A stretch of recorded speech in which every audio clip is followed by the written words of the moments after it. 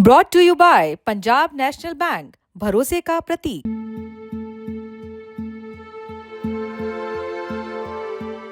तारीख 20 फरवरी 2025।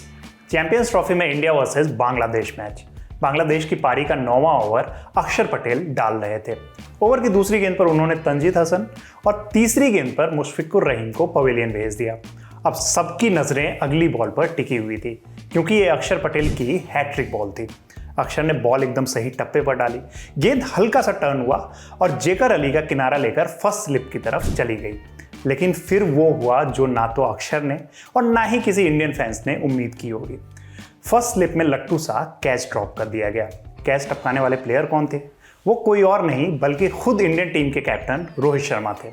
रोहित ने एक बार, दो बार, 3 बार कोशिश की, लेकिन वो बॉल को अपने कंट्रोल में नहीं रख पाए।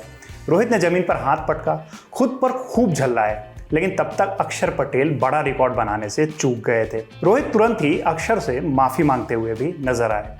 अब अगर रोहित से कैच ड्रॉप नहीं हुआ होता तो अक्षर पटेल अपने करियर की पहली हैट्रिक के साथ साथ कई रिकॉर्ड अपने नाम कर लेते। अब वो रिकॉर्ड्स कौन कौन से हैं, आइए बारी बारी से आपको बताते हैं। वो डेब्यू आईसीसी ओडीआई इवेंट्स में हैट्रिक लेने वाले पहले बॉलर बन जाते, यानी कि उनका जो है, अगर ओडीआई क्रिकेट की बात करें तो ये डेब्यू आईसीसी इवेंट है। इसके बाद अगला रिकॉर्ड क्या होता? वो मेंस आईसीसी इवेंट में हैट्रिक लेने वाले पहले भारतीय स्पिनर होते।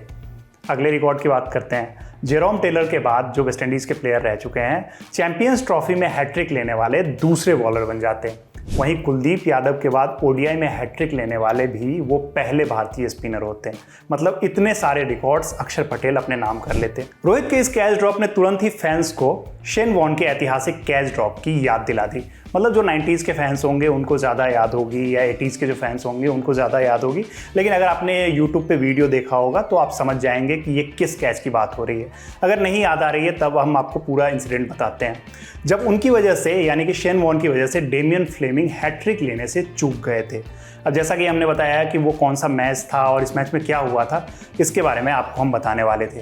तारीख 14 दिसंबर 1999, भारत और ऑस्ट्रेलिया के बीच एडिलेड टेस्ट मैच के आखिरी दिन इंडियन टीम 396 रन का मुश्किल टारगेट चेज कर रही थी, लेकिन डेमियन फ्लेमिंग की धारदार बॉलिंग ने टीम इंडिया के टॉप ऑर्डर को ध्वस्त कर दिया था।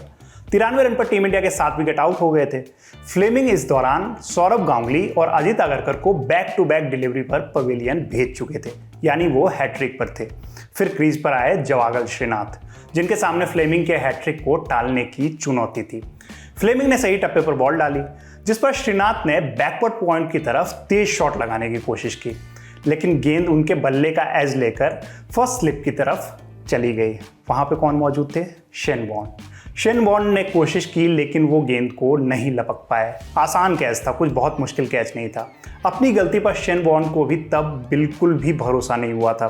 इस गलती की वजह से डेमियन फ्लेमिंग करियर में दूसरी बार हैट्रिक लेने से चूक गए थे। टेस्ट क्रिकेट की बात हो रही है।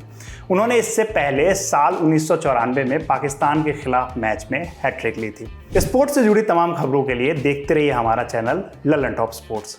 धन्यवाद।